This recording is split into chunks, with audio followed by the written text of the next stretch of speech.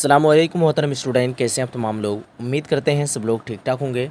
आज मैं आप सभी के लिए लेके आ चुका हूं जो कि हम लोग 1 से लेकर 50 तक के सारे वीवीआई ऑब्जेक्टिव को कवर कर चुके थे पिछली क्लास में, और आज हम लोग 50 से आगे के सारे सवालात को कवर करेंगे। जिन बच्चों को अभी तक पता नहीं है, न्यू साल के लिए आप लोगों का कोर्स लॉन्च हो चुका है एप्लीकेशन पे। जिन बच्चों को ज्वाइन होनी हो, मेरे नंबर पे डायरेक्ट आप लोग रब्ता कर लें। कुछ बच्चे डाउनलोड नहीं कर पाते हैं एप्लीकेशन को, तो अगर आप लोग डायरेक्ट डाउनलोड कर पा रहे हैं प्ले स्टोर से तो आप लोग डायरेक्ट डाउनलोड कर लीजिए AS उर्दू एजुकेशन नाम से। जिन बच्चों को समझ में नहीं आ रही, मेरे नंबर पे कांटेक्ट कर लीजिए डायरेक्ट 9508214760। इस नंबर पर रब्ता करके आप लोग कोर्स में ज्वाइन हो सकते हैं। वहाँ पे आपको पूरी कंप्लीट तैयारी कराई जाएगी। अगर आप लोग पूरा डिटेल देखना चाहते हैं, लिंक डिस्क्रिप्शन बॉक्स में दिया हुआ है। एप्लीकेशन का भी लिंक आपको डिस्क्रिप्शन बॉक्स में मिल जाएगा, आप लोग डाउनलोड कर लीजिए। बाकी वीडियो देखना है पूरा डिटेल क्या क्या पढ़ाया जाएगा, वो वीडियो लिंक डिस्क्रिप्शन बॉक्स में दिया हुआ है। आइए आज की इस क्लास को हम लोग स्टार्ट करते हैं। हम लोगों ने पिछली क्लास में 1 से लेकर 50 तक पूरा कंप्लीट कर लिए थे, और ये थोड़ा सा बाकी के क्वेश्चन भी हम लोग थोड़ा फास्ट में देख लिए थे, ठीक है। तो एक बार देख चुके, फिर से दोबारा हम लोग देख लेते हैं 51 नंबर क्वेश्चन को। नौतर्ज मुरस्सा के मुसन्निफ़ कौन हैं? मीर अमन, अता हुसैन तहसीन, रजब अली बेग सरवर और रतननाथ शरशार। तो सही आंसर है आपका ऑप्शन नंबर बी, अता हुसैन तहसीन इनके मुसन्निफ़ हैं नौतर्ज मुरस्सा के। चलिए आगे बढ़ते हैं। अगला सवाल है आपके पास, सवाल नंबर 52 पे। बाग व बहार किस ज़ुबान में है? उर्दू, फ़ारसी, अरबी और तुर्की। तो ये बाग व बहार फ़ारसी ज़ुबान से उर्दू में तर्जुमा किया है मीर अमन दहलवी। ये बाग व बहार जो है आपके भी जो है उर्दू ज़ुबान में लिखी गई है, ठीक है। आगे बढ़ते हैं। अगला सवाल आपके पास, किस्सा चहार दरवेश उस वक्त उसका नाम था जब फ़ारसी में था, फ़ारसी से कन्वर्ट करके उर्दू में मीर अमन दहलवी लिखे हैं, ठीक है। आगे बढ़ते हैं। अगला सवाल आपके पास 53 नंबर पे। मंटू का कौन सा अफसाना आपके निसाबी किताब में शामिल है? प्रॉमिस, सनोबर के साए, टोबा टेक्सिंग और कफन। तो सही आंसर आपका मंटू टोबा टेक्सिंग हम लोग बता रखे थे, ऑप्शन नंबर सी बिल्कुल परफेक्ट होगा। अगला सवाल आपके पास 54 नंबर पे। अफसाना प्रॉमिस के तख्लीक़कार कौन है? तख्लीक यानी राइटर, मुसन्निफ़। अफसाना प्रॉमिस को कौन लिखे हैं, ये आपको पूछ रखा है, ठीक है। शफ़ी जावेद, सलाम बिन रज़्ज़ाक़, जिलानी बानो, असमत चुगताई अफसाना प्रॉमिस के तख्लीक़कार हैं Shafi Javed, option number A बिल्कुल परफेक्ट होगा। 55 नंबर सवाल आपके पास, अफसाना प्रॉमिस का मरकज़ी किरदार कौन है? यानी अफसाना प्रॉमिस में जो अहम किरदार है, मेन कैरेक्टर, वो कौन है? तो ये है आपका अम्मू, ऑप्शन नंबर ए बिल्कुल परफेक्ट होगा। 56 नंबर सवाल है आपके पास, भोले बिसरे गीत किसका अफसाना है? शफ़ी जावेद, जिलानी बानो, सलाम बिन रज़्ज़ाक़, बेदी। सही आंसर की बात करें, भोले बिसरे गीत इसके मुसन्निफ़ हैं शफ़ी जावेद। 57 नंबर सवाल है, सलाम बिन रज़्ज़ाक़ का कौन सा अफसाना आपकी निसाबी किताब में शामिल है? तो सलाम बिन रज़्ज़ाक़ और इब्राहिम सुक्का, ठीक है। रज़्ज़ाक़ और यहाँ पे सुक्का सेम लग रहा है नेम, ठीक है। ऑप्शन नंबर ए जितने बच्चे बता रखे हैं बिल्कुल आप लोगों का परफेक्ट हो जाएगा। सलाम बिन रज़्ज़ाक़, इब्राहिम सुक्का, आप लोग यहीं पे याद कर लीजिए। आगे बढ़ते हैं हम लोग। अगला सवाल आपके पास 58 नंबर पे, ध्यान से देखिएगा। सवाल नंबर 58 है, इब्राहिम सुक्का किस अफसानवी मजमूए से माखूज़ है? यानी इब्राहिम सुक्का जो है ये किस अफसानवी मजमूए से लिखी गई है, ठीक है। ये लिखी गई शिकस्ता बुतों के दरमियान से लिया गया है इब्राहिम सुक्का को, ठीक है ना, शिकस्ता बुतों के दरमियान से। 59 नंबर क्वेश्चन आपके पास, इनमें से किस अफसाना निगार को साहित्य अकादमी अवार्ड से नवाजा गया है? सलाम बिन रज़्ज़ाक़ को साहित्य अकादमी अवार्ड से नवाजा गया है, ध्यान रखिएगा आप सभी बच्चे, ठीक है। 60 नंबर सवाल आपके पास, ध्यान से देखिएगा। गुबार खातिर के मकतूब अलिया कौन है? यानी गुबार खातिर जो है ना, ये इसके मकतूब अलिया कौन है, ठीक है। तो गुबार खातिर मौलाना अबुल कलाम आज़ाद इनके राइटर हैं। मौलाना अबुल कलाम आज़ाद ये खतूत अपने दोस्त हबीबुर रहमान ख़ान शिरवानी को लिखे हैं, इसलिए मकतूब अलिया कौन है? हबीबुर रहमान ख़ान शिरवानी। अगला सवाल 61 नंबर पे, ध्यान से देखिएगा। गुबार खातिर के खतूत किस जेल से लिखी गई है? तो किला अहमदनगर जेल से लिखी गई है, ऑप्शन नंबर बी बिल्कुल परफेक्ट होगा। सवाल नंबर 62 आता है आपके पास, अखबार अल हिलाल के बानी कौन थे? तो सही आंसर की अगर बात करें, मौलाना अबुल कलाम आज़ाद हो जाएगा, ऑप्शन नंबर सी। 63 नंबर सवाल आपके पास, ध्यान से देखिएगा। हुकूमत पंजाब ने अंजुमन पंजाब कब कायम किया? हुकूमत पंजाब यानी पंजाब की हुकूमत, पंजाब के सरकार जो है ना, अंजुमन पंजाब नाम से एक मीटिंग एक अंजुमन रखा गया था, ठीक है। तो ये कब कायम किया गया था? 1865 ईस्वी में, ध्यान रखिएगा आप सभी। अगला सवाल आता है 64 नंबर पे। सवाल नंबर 64 है, बागो बहार किस किताब का तर्जमा है? बागो बहार के मुसन्निफ़ हैं बागो बहार किस किताब का तर्जमा है? तो सभी को पता है मीर अमन दहलवी इनके राइटर हैं, मुसन्निफ़ हैं। और चहार दरवेश, किस्सा चहार दरवेश से इसको कन्वर्ट करके बागो बहार लिखी गई है, ठीक है। चहार दरवेश का उर्दू तर्जमा है, चहार दरवेश फ़ारसी में था और इसको उर्दू में लिखने वाले कौन हैं? बागो बहार के मुसन्निफ़ कौन है? मीर अमन दहलवी, आप लोग ध्यान रखिएगा। अगला सवाल आपके पास आता है सवाल नंबर 65। नज़्म गुफ्तगू के अलावा सरदार अली जाफरी की कौन सी नज़्म आपके निसाब में शामिल है? नज़्म गुफ्तगू के अलावा मेरा सफ़र हमारे निसाबी किताब में शामिल है सरदार अली जाफरी का। अगला सवाल आता है 66 नंबर पर। नज़्म जदीद के इर्तिका में यानी शुरुआत में किस अंजुमन की तारीखी अहमियत है? तो अंजुमन पंजाब हो जाएगा। ऑप्शन नंबर भी बिल्कुल परफेक्ट होगा। 67 नंबर सवाल आपके पास, खेती किसकी नज़्म है? खेती के मुसन्निफ़ हैं कौन है? तो अमीक हनफी हैं इनके राइटर मुसन्निफ़। ठीक है, खेती के मुसन्निफ़ कौन है? अमीक हनफी, याद कर लीजिए आप लोग। सवाल नंबर 68 है आपके पास, खेती ये कैसी नज़्म है? तो खेती जो है ना ये एक आज़ाद नज़्म है। कैसी नज़्म है? आज़ाद नज़्म है, याद रखिएगा आप सभी बच्चे। चलिए अगला सवाल आपके पास 69 नंबर पे, अकबर इलाहाबादी की पैदाइश कब हुई है? 1845 ईस्वी में अकबर इलाहाबादी की पैदाइश हुई है। 70 नंबर सवाल आपके पास, बरके कलीसा कैसी नज़्म है? बरके कलीसा ये नज़्म जो है ज़रीफ़ाना नज़्म है। ठीक है, सवाल नंबर 71 आपके पास, अकबर इलाहाबादी ने अपने नज़्मों में किस तहज़ीब व तमद्दुन को निशाना बनाया है? तो अंग्रेज़ी तहज़ीब व तमद्दुन को तंज का निशाना बनाया है अकबर इलाहाबादी अपनी नज़मों में। अंग्रेज़ी से मुराद ये हुआ कि जिस तरह के कल्चर हैं हमारे भारतीय कल्चर को नहीं आजमा करके लोग किस तरह जैसे हो गया एग्जाम्पल के तौर पर खड़े होकर के खाना खाना वगैरह वगैरह, इस तरह के कल्चर जो है ना ये एक अंग्रेज़ी कल्चर हो गया। तो अंग्रेज़ी कल्चर को, अंग्रेज़ी माहौल को इसमें क्या बनाया? ये तंज का निशाना बनाया है अपनी नज़मों में। ठीक है ना, आगे बढ़ते हैं। अगला सवाल आपके पास 72 नंबर क्वेश्चन, नज़्म मुतशायर के शायर कौन है?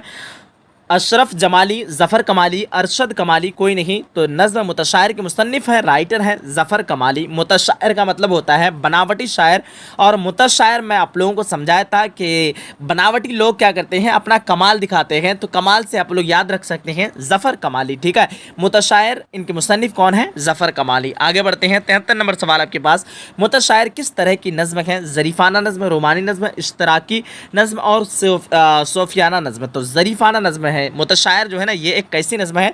ज़रीफ़ाना नज़्म है। 74 नंबर सवाल आपके पास आता है, कुलफ़ते दिहर में कौन सी तरकीब है? कुलफ़ते दिहर में कौन सी तरकीब है? इजाफ़त, मुरक्कब तौसीफ़ी, मुज़ाफ़, कोई नहीं। तो कुलफ़ते दिहर में कौन सी तरकीब है? ये आपका क्या हो जाएगा? मुरक्कब इजाफ़त। कुलफ़ते दिहर हम लोग पढ़ रहे हैं तो यहाँ पे एक ज़ेर लग रहा है। क्या लग रहा है? ते के नीचे ज़ेर लग रहा है। ठीक है, तो यहाँ आप लोग ध्यान रखिएगा, इजाफ़त किसको कहते हैं? ज़बर, ज़ेर, पेश हो गया और काके की, ये सब क्या हो गया? एक इजाफ़त हो गया। ठीक है, तो इजाफ़त लगा है इसलिए हम लोग बोलेंगे कि कौन सी तरकीब है? तो मुरक्कब इजाफ़ी है या फिर इजाफ़त है। ठीक है ना, आगे बढ़ते हैं भाई। अगला सवाल आपके पास ध्यान से देखिएगा सभी बच्चे। 75 नंबर क्वेश्चन, हामिद तुम खेलो, हामिद तुम मत खेलो है। ठीक है, यहाँ पे खेलने के लिए मना किया जा रहा है। आप लोग देख रहे हैं यहाँ पे निगेटिव जुमला है, मना कर रहा है। ठीक है, हुक्म है और क्या कर रहा है? निगेटिव में हुक्म है, यानी नहीं खेलने का आदेश दी जा रही है। जब भी इस तरह का हुक्म जाहिर हो तो आपका पॉजिटिव में होगा, फेल अमर में होगा। लेकिन अगर हुक्म निगेटिव में हो यानी मना किया जाए तो आपका फेल नहीं में होगा। ध्यान रखिएगा सभी बच्चे, फेल नहीं हो जाएगा। ऑप्शन नंबर भी बिल्कुल परफेक्ट हो जाएगा। अगर यहाँ पे होता हामिद तुम खेलो तो ये फेले अमर में होता, नहीं खेलो फेले नहीं हो जाएगा। ठीक है, चलिए 76 नंबर क्वेश्चन आपके पास, जो बनावटी शायर हो उसे क्या कहते हैं? हम लोग पढ़े अभी अभी, मुतशायर कहते हैं उसको। बनावटी लोगों को क्या कहते हैं? मुतशायर कहते हैं। बनावटी शायर को मुतशायर कहते हैं। ठीक है, आगे बढ़ते हैं भाई। अगला सवाल 77 नंबर क्वेश्चन आपके पास, नज़्म मुतशायर किस हैयत में लिखी गई है? नज़्म मुतशायर जो है ना ये कौन सी हैयत में लिखी गई है? अलग अलग टाइप होते हैं, अलग अलग हैयत होते हैं। जैसे हम लोग लिखते हैं, एक शेर इस तरह से लिखते हैं, एक शेर इस तरह से लिखते हैं। ठीक है, तो ये आपका कितना? 2 मिसरा वाला शेर हो गया। ठीक है, ये आपका दोहा कहलाएगा।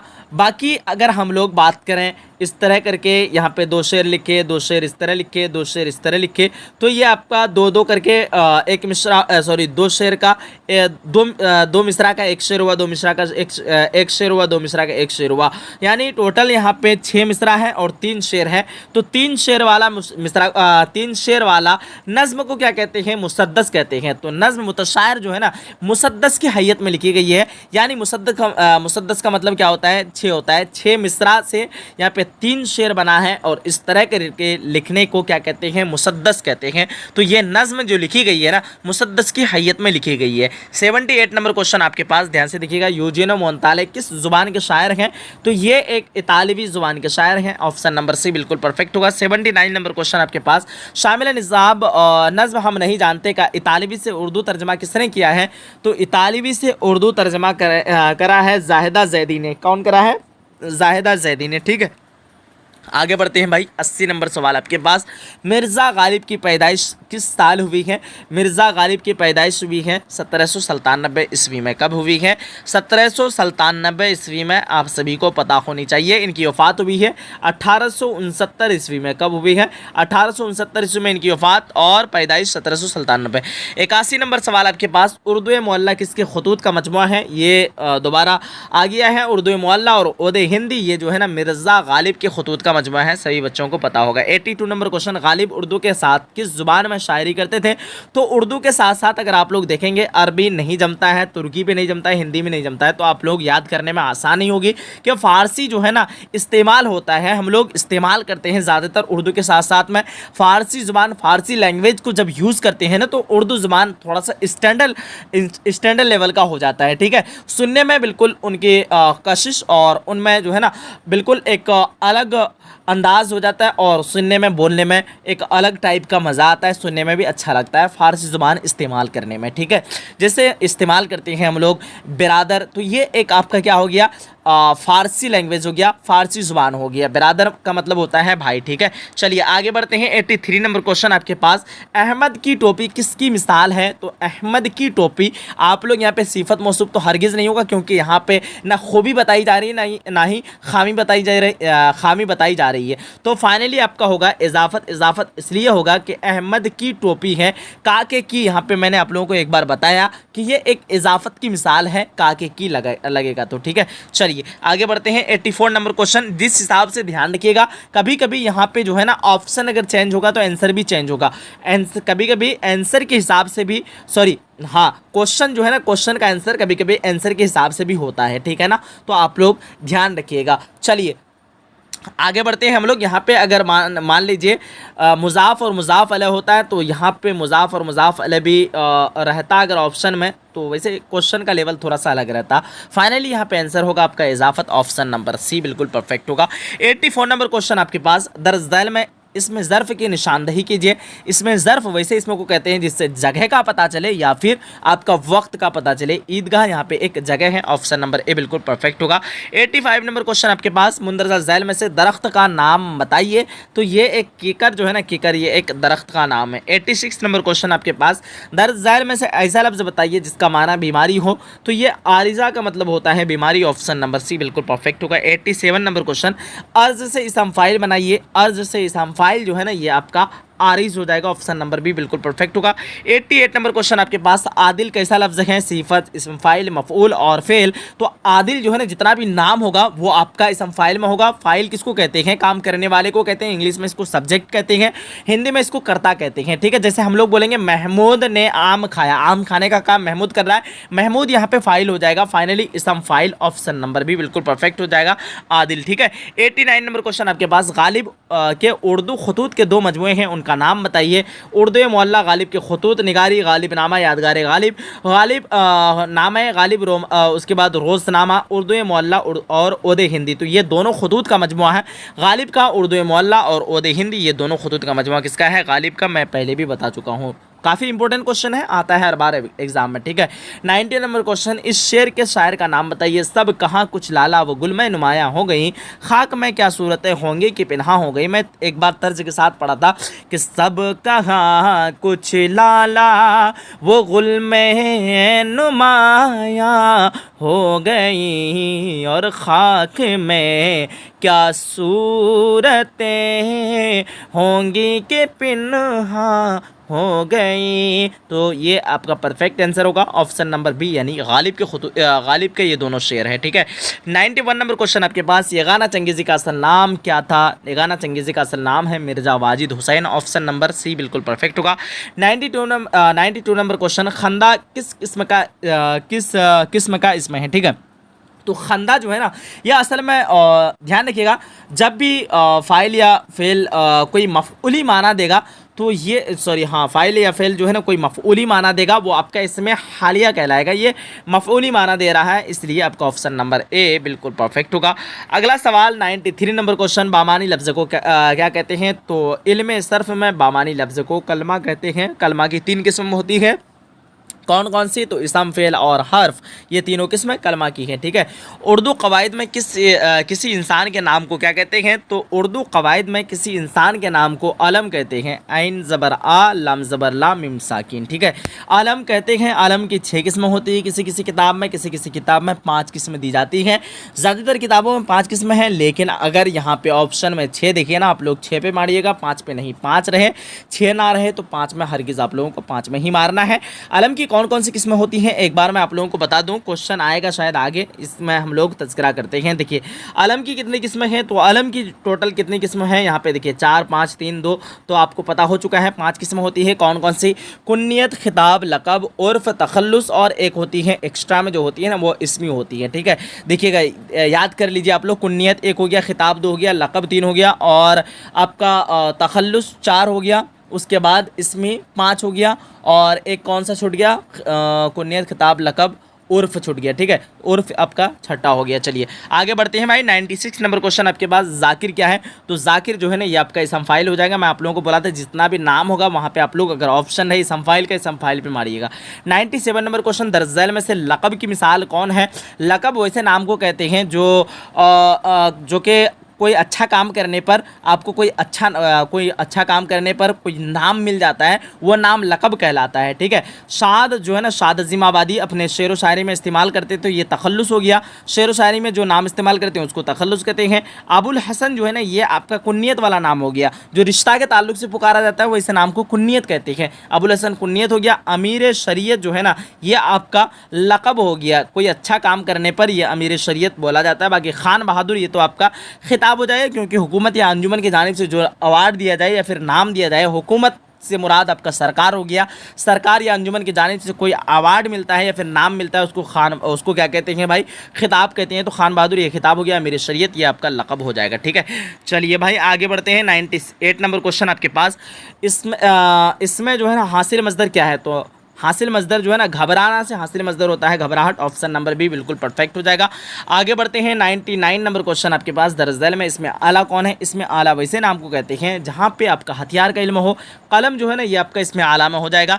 100 नंबर सवाल आपके पास, आतिश अलम की कौन सी किस्म है? तो आतिश जो है ना अलम की ये तखल्लुस हो जाएगा, क्योंकि आतिश लखनवी ये शेर व शायरी में अपना नाम इस्तेमाल करते थे, ये तखल्लुस बिल्कुल परफेक्ट हो जाएगा। Option number B. बाकी आप लोग बताना, पूरा 100 क्वेश्चन हम लोग कवर कर चुके हैं। पिछली क्लास जो बच्चे नहीं किया है, वीडियो वाला सेक्शन पे जाकर के आप लोग क्लास को कर लीजिए।